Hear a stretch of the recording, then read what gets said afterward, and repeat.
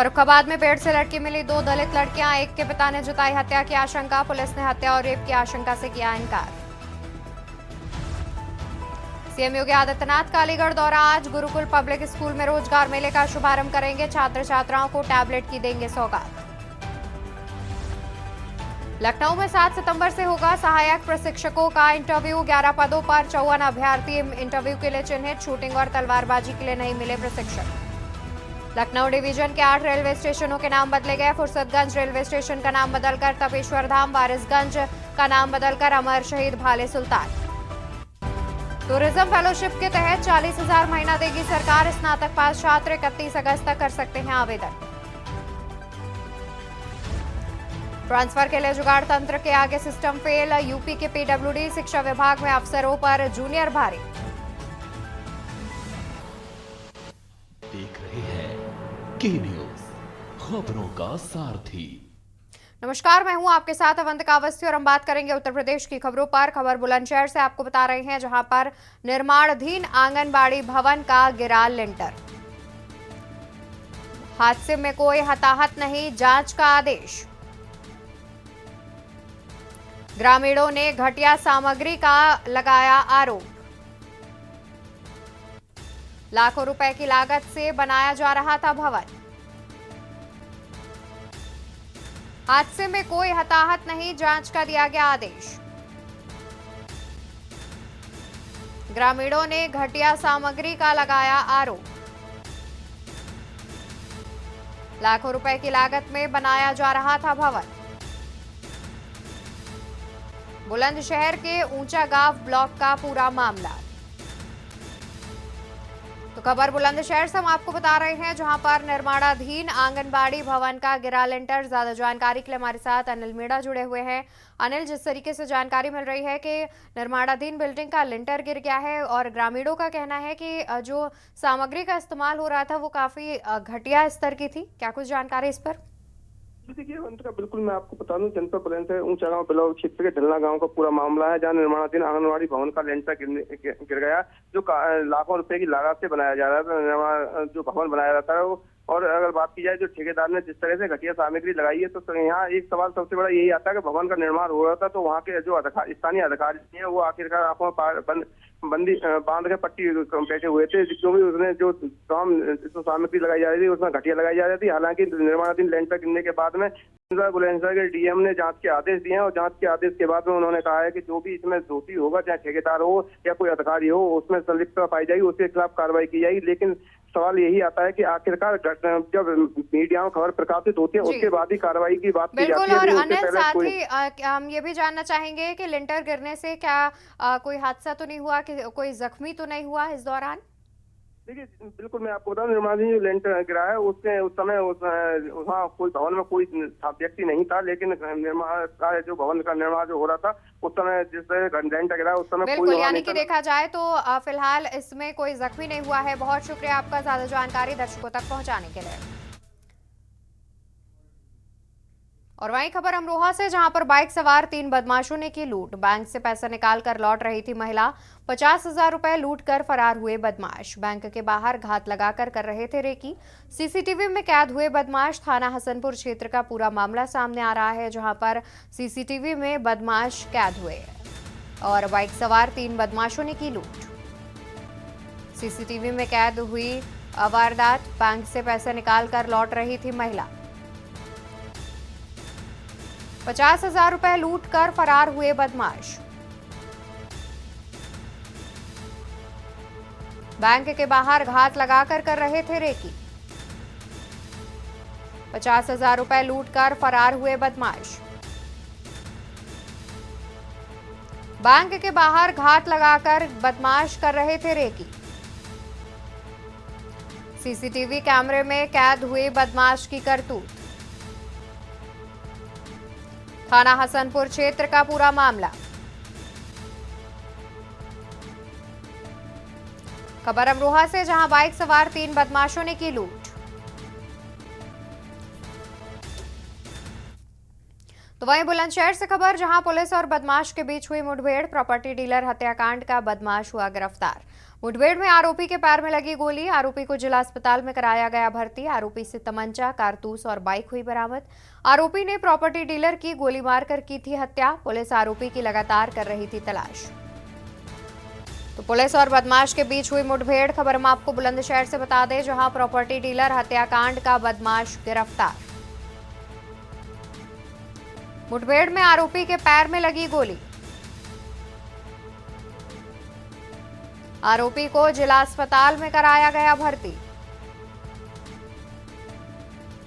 आरोपी से तमंचा, कारतूस और बाइक हुई बरामद। आरोपी ने प्रॉपर्टी डीलर की गोली मारकर की थी हत्या। पुलिस आरोपी की लगातार कर रही थी तलाश।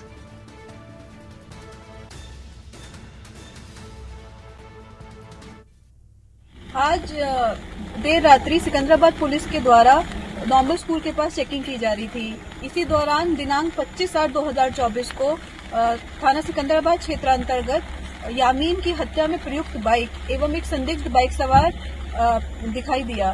इस संदिग्ध बाइक सवार को रुकने का इशारा किया गया। इस पर इस उक्त व्यक्ति के द्वारा भागने का प्रयास किया गया एवं पुलिस पार्टी के ऊपर फायरिंग की गई। आत्मरक्षार्थ पुलिस के द्वारा फायरिंग में यह व्यक्ति घायल हो गया है। पूछताछ में इस व्यक्ति ने अपना नाम शाकिर निवासी जेवर बताया है एवं यामीन की हत्या में शामिल होना बताया है। और इसी बीच खबर पीलीभीत से सामने आ रही है। पीलीभीत से खबर हम आपको बताते हैं। रहस्यमय बुखार से कई लोगों की मौत। बुखार, उल्टी, दस्त से जूझ रहे लोग। बुखार और डायरिया से कई लोगों की हुई मौत। सीएमओ जिला मलेरिया अधिकारी ने लिया जायजा। सीएमओ और जिला मलेरिया अधिकारी ने लिया जायजा। स्वास्थ्य विभाग ने भी मौके पर की जांच पड़ताल। ग्रामीणों को वितरण की दवा खून की कराई जांच। तहसील बीसलपुर के बिलसंडा ब्लॉक क्षेत्र का मामला। तो पीलीभीत से खबर, जहां रहस्यमय बुखार से कई लोगों की हुई मौत। बुखार, उल्टी, दस्त से जूझ रहे लोग। बुखार और डायरिया से कई लोगों की हुई मौत। सीएमओ जिला मलेरिया अधिकारी ने लिया जायजा। सीएमओ और जिला मलेरिया अधिकारी ने लिया जायजा।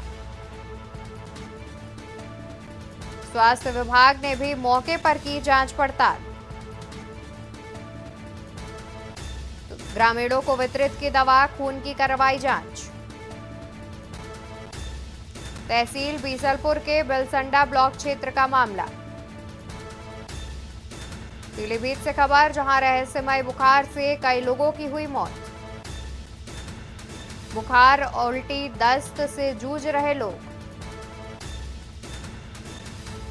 बुखार और डायरिया से कई लोगों की मौत की खबर सामने आ रही है। सीएमओ और जिला मलेरिया अधिकारी ने लिया जायजा। सीएमओ और जिला मलेरिया अधिकारी ने लिया जायजा। स्वास्थ्य विभाग ने भी मौके पर की जांच पड़ताल। बदलते मौसम में हमेशा वायरल फीवर्स का खतरा रहता है और उसके लिए हम पहले से सजग हैं। हमारी सारी तैयारियां, हमारे यहाँ हर तरह की सारी जांच की सुविधाएं उपलब्ध हैं। 24 घंटे हमारे यहाँ इलाज से संबंधित भी सारी सुविधाएं उपलब्ध हैं। सभी तरह की आवश्यक दवाएं उपलब्ध हैं और जाँच के संसाधन। हमारा स्टाफ जो है अपने अपने क्षेत्रों पे कार्यरत है और पूरी तरह मुस्तैद है। जहाँ कहीं आवश्यकता पड़ रही है, अगर किसी गांव में जाना पड़ता है तो हमें चले जाते। मेरा यही जनता से अपील रही, घबराएं नहीं, अपने सेहत का ध्यान रखें और कोई भी समस्या होने पर तत्काल निकटवर्ती स्वास्थ्य केंद्र पे जाएं। निःशुल्क जाँच करा के निःशुल्क उपचार प्राप्त करें।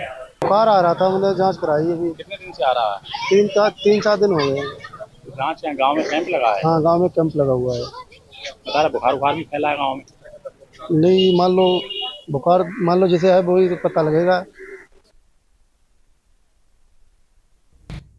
और इसी खबर पर ज्यादा जानकारी के लिए हमारे साथ संवाददाता राहुल शर्मा जुड़े हुए हैं। राहुल, देखा जाए तो बुखार से कई ग्रामीणों की मौत की खबर भी सामने आ रही है। फिलहाल सीएमओ ने भी देखा जाए तो इलाके का निरीक्षण किया था। अभी क्या अपडेट सामने आ रहा है?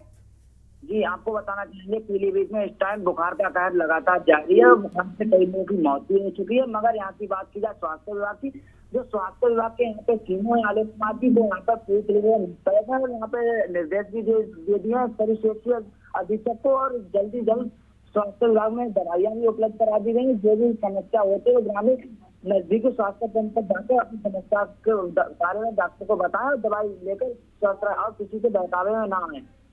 जी बिल्कुल। और साथ ही देखा जाए तो जिस तरीके से रहस्यमय मौत हो रही है, कहीं ना कहीं चिंता का विषय है ये। बहुत शुक्रिया राहुल आपका ज़्यादा जानकारी दर्शकों तक पहुंचाने के लिए। तो आपको बता दें कि पीलीभीत से खबर सामने आ रही है, जहां पर बुखार से कई लोगों की मौत हो चुकी है, जिसको लेकर के सीएमओ और जिला मलेरिया अधिकारी ने भी इलाके का निरीक्षण किया। आपको बता दें कि बुखार, उल्टी, दस्त से लोग जूझ रहे हैं और इनमें से कई लोगों की मौत भी हो चुकी है।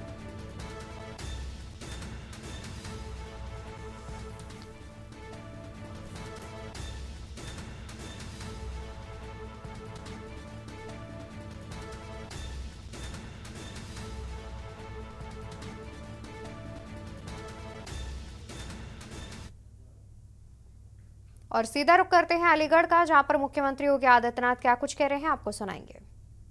सहयोगी दलों के पदाधिकारीगण और अलीगढ़ जनपद और खासतौर पर खैर विधानसभा क्षेत्र से जुड़े हुए मेरे सभी उपस्थित युवा साथियों, बहनों और भाइयों, स्वामी हरिदास की परंपरा से जुड़े हुए बलताओं की कर्म भूमि के रूप में विख्यात कवि हरि भूमि के रूप में जाना जाने वाला और अब अलीगढ़ के रूप में देश और दुनिया के अंदर अपनी छाप को छोड़ने वाले अलीगढ़ की आप सभी जनता जनार्दन का मैं हृदय से स्वागत करता हूं, अभिनंदन करता हूं। बहनों भाइयों, आपने यहां से विधायक के रूप में सीएमओ प्रधान को चुना। वे पहले राज्य सरकार में मंत्री बने, अब वह संसद के लिए चुने गए हैं। आपके द्वारा चुनाव के दौरान 2022 में अपना आशीर्वाद सीएमओ प्रधान को दिया गया। इसके लिए आपके प्रति कृतज्ञता ज्ञापित करने और श्री सतीश गौतम को और अनूप प्रधान को फिर से सांसद बनाने के लिए आप सभी का अलीगढ़ हाथरस की जनता के प्रति हृदय से आभार व्यक्त करने के लिए आज मैं यहां आया हूं। बहनों भाइयों, यह सच है कि विकास का कोई विकल्प नहीं हो सकता। विकास के साथ रोजगार भी चाहिए, लेकिन इन सब की आधारशिला है सुरक्षा। सुरक्षा के बगैर कुछ नहीं हो सकता। सुशासन की स्थापना नहीं हो सकती। युवाओं के सपने को उड़ान देने के लिए पंख नहीं लगाए जा सकते। लेकिन आज हमारा सौभाग्य है कि भारत का सशक्त नेतृत्व प्रधानमंत्री मोदी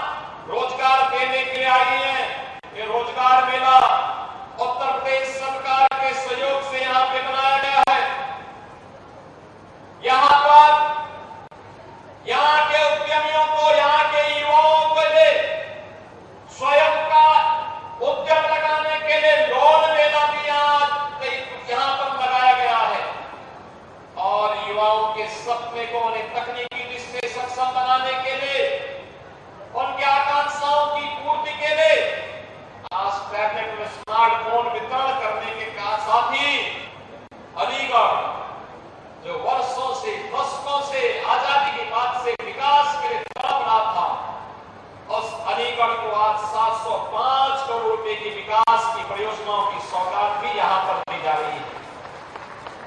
बहनों और भाइयों, आपने आजादी के बाद के भारत को देखा, खिसक खिसक करके चल रहा था, जाति के नाम पर बांट रहे थे, सामाजिक ताने बाने को छिन्न भिन्न कर रहे थे, विकास की योजनाओं में भी जाति, मत, मजहब, क्षेत्र और भाषा देख करके विकास की योजनाओं का लाभ किया जाता था। अगर विकास की योजनाओं में भेदभाव नहीं होता तो जिन सड़कों की चर्चा चौधरी लक्ष्मी नारायण जी कर रहे थे, जिस विकास की चर्चा श्री सतीश गौतम कर रहे थे, जिस विकास की चर्चा से लोग प्रदान कर रहे थे, यह 2014 के पहले भी हो गया होता। बहनों और भाइयों, विकास राज आपको दिखता है, मकान हर एक का, कोई भेदभाव हुआ, बिजली सबको, कोई भेदभाव हुआ, रोजगार सबको, कोई भेदभाव नहीं।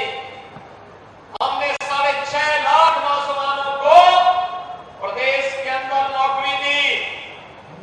हमने प्रदेश के अंदर 2 करोड़ से अधिक नौजवानों को रोजगार दिया। निजी क्षेत्र में निवेश करके और लगभग 75 लाख से अधिक नौजवानों को, उद्यमियों को स्वतः रोजगार के साथ जोड़ने का काम भी हमारी सरकार ने किया है। डबल इंजन की भारतीय जनता पार्टी की सरकार ने किया है। मकान सबको, बिजली सबको, उज्ज्वला योजना में रसोई गैस के कनेक्शन सबको, पानी सबको, सड़क का काम भी हुआ, बड़े बड़े कार्य भी हुए, लेकिन भेदभाव किसी के साथ नहीं किया। जाति के नाम पर नहीं, मत और मजहब के नाम पर नहीं, क्षेत्र और भाषा के नाम पर नहीं। आपने देखा होगा, जिन नौजवानों को स्मार्टफोन वितरित हुआ, रोजगार के सर्टिफिकेट वितरित हुए, हर जाति और मत और मजहब के थे, क्योंकि मोदी जी का तो मंत्र है सबका साथ और सबका विकास। हम भेदभाव किसी के साथ नहीं करेंगे, लेकिन अराजकता फैलाने की छूट भी किसी को नहीं देंगे, अव्यवस्था फैलाने की छूट भी किसी को नहीं देंगे, गुंडागर्दी फैलाने की छूट भी किसी को नहीं देंगे।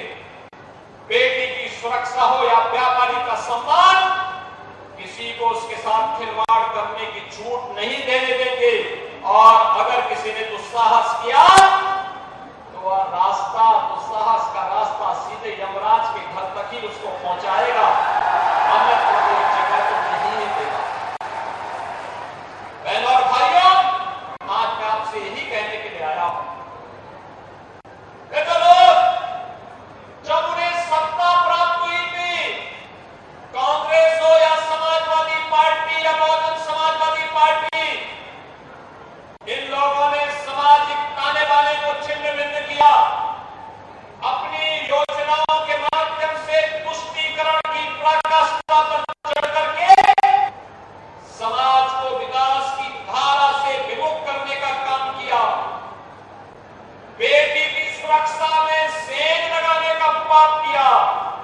और आज भी जब देश विकास की नित नई ऊंचाइयों को छू रहा है, तब भी ये लोग वही काम कर रहे हैं। याद करिए, 2014 में मोदी जी के आने के बाद देश के अंदर जो एक नया परिदृश्य देखने को मिला है, एक तरफ बिना रुके, बिना टिके, बिना झुके प्रधानमंत्री मोदी जी विकास की योजनाओं को आगे बढ़ाने का काम कर रहे हैं, देश को विकास की नई बुलंदियों की ओर ले जाने का काम कर रहे हैं। दूसरी तरफ विपक्ष है, दुष्प्रचार करके बदनाम करने का काम कर रहा है, जाति दुष्मन कर रहा है, अराजकता फैलाने का काम कर रहा है, जातियों को आपस में लड़ाने का काम कर रहा है। बहनों और भाइयों, इन्होंने राष्ट्र नायकों का अपमान किया। नेताजी सुभाष चंद्र बोस हो, सरदार वल्लभ भाई पटेल हो,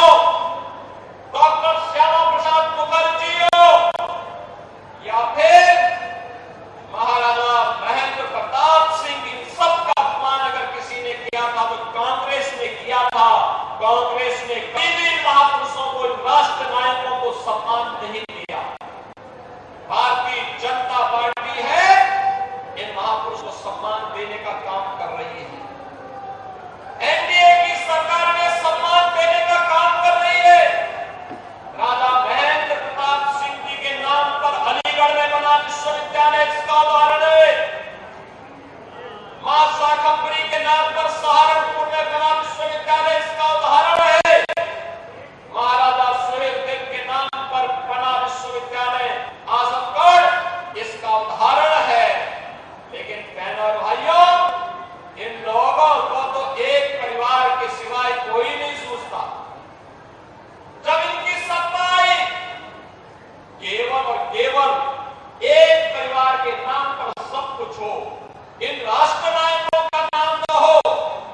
और जब सत्ता में थे तो भारत के अंदर भारत के मूल समाज को प्रताड़ित करना, युवाओं के जीवन के साथ खिलवाड़ करना, अन्नदाता किसानों को आत्महत्या करने के लिए मजबूर करना, बेटी और व्यापारी की सुरक्षा में सेंध लगाना, जैसे कांग्रेस को, समाजवादी पार्टी को, इन विपक्षी दलों को जब सत्ता का अवसर प्राप्त, इन्होंने खूब दुरुपयोग किया,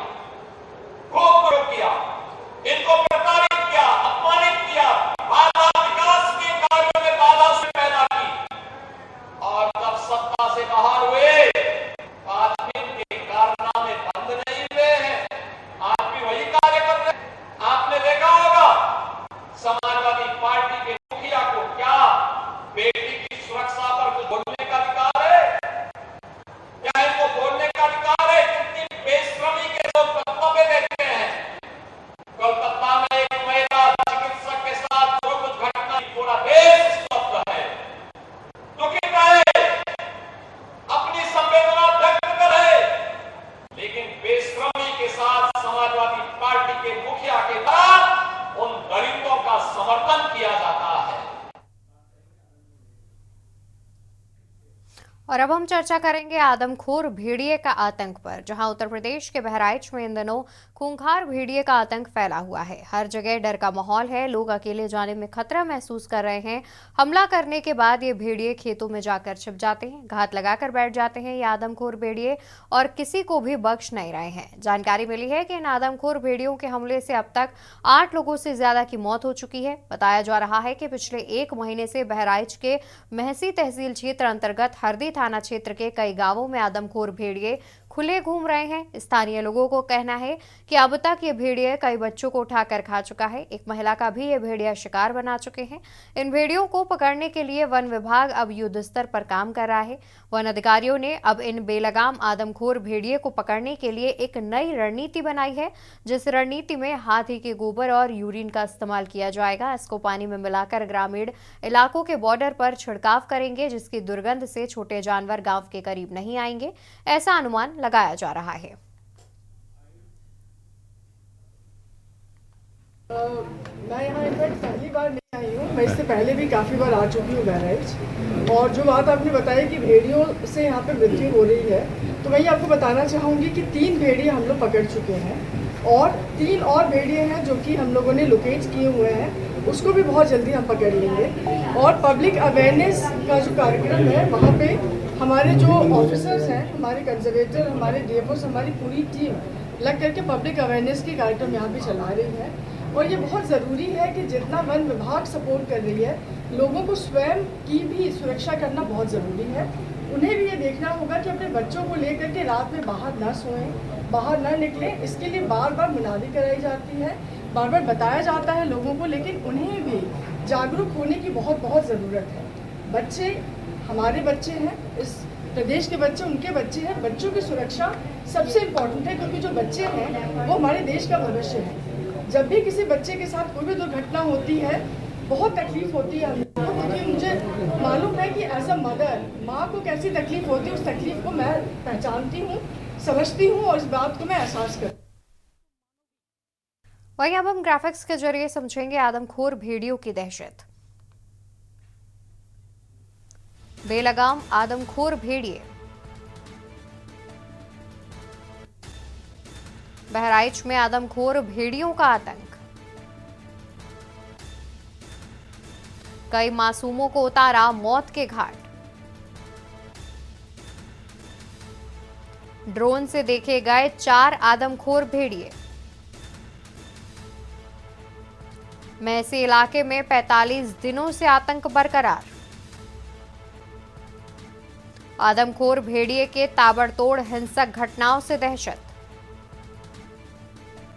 आदमखोर भेड़िए के हमले में 8 से ज्यादा की मौत, डर के साए में खैरी घाट का रायपुर दीवानपुरवा गांव, मां के साथ सो रहे मासूम को भेड़िए ने बनाया शिकार, भेड़िए के आतंक से करीब 47 घायल।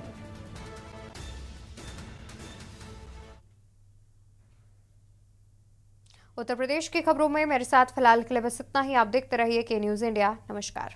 इस कार्यक्रम के प्रायोजक हैं double engine detergent powder and cake, रिश्तों में लाए डबल चमक। आप देख रहे हैं के न्यूज खबरों।